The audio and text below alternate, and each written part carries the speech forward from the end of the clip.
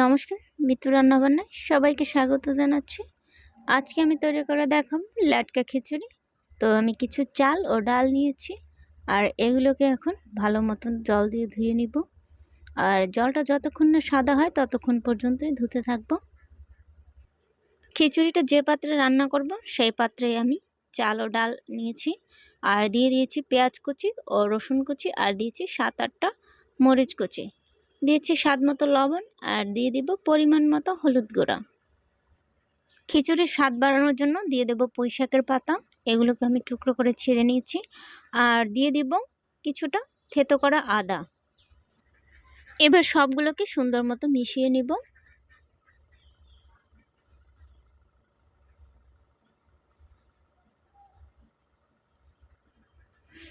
এবার আমি দিয়ে দেব অল্প পরিমাণ সয়াবিন তেল, আর দিয়ে দিব 2 চামচের মতো সরিষার তেল। খিচুড়ির স্বাদ বাড়ানোর জন্য আমি সরিষার তেল ব্যবহার করেছি, আপনারা চাইলে নাও দিতে পারেন। তেল দিয়ে আবার আমি ভালো মতন মিশিয়ে নিব।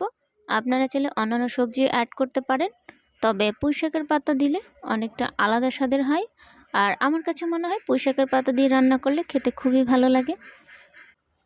এবার দিয়ে দিয়েছি পরিমাণ মতো জল। যেহেতু আমি খিচুড়িটা একটু পাতলা রান্না করব, তাই এ সময় জলের পরিমাণটা একটু বেশি দিতে হবে। এবার ঢাকনা দিয়ে ঢেকে মিডিয়াম আঁচে 7 মিনিটের মতো রান্না করে নিব।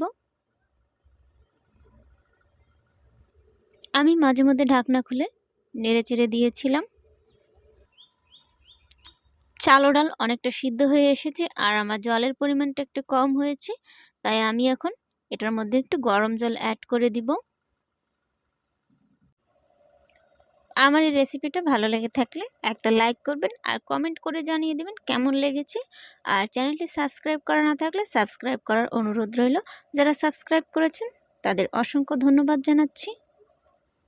এখন দিয়ে দিচ্ছি টেলে নেওয়া জিরে গুঁড়ি, এটা অবশ্যই দিতে হবে। এটা দেওয়ার ফলে খিচুড়ির স্বাদটা আরও দ্বিগুণ হয়ে যাবে। জিরে গুঁড়ি খিচুড়ির সঙ্গে ভালো মতন মিশিয়ে নেব। এই সময় অবশ্যই চুলার জালটা লো করে দিতে হবে, তা নাহলে খিচুড়িটা নিচে লেগে যাবে আর খেতেও ততটা ভালো লাগবে না। খিচুড়িটা পুরোপুরি তৈরি হয়ে গেছে, আর লবণের পরিমাণটা একটু কম হয়েছে, তাই আমি এখন একটু লবণ দিয়ে দিব।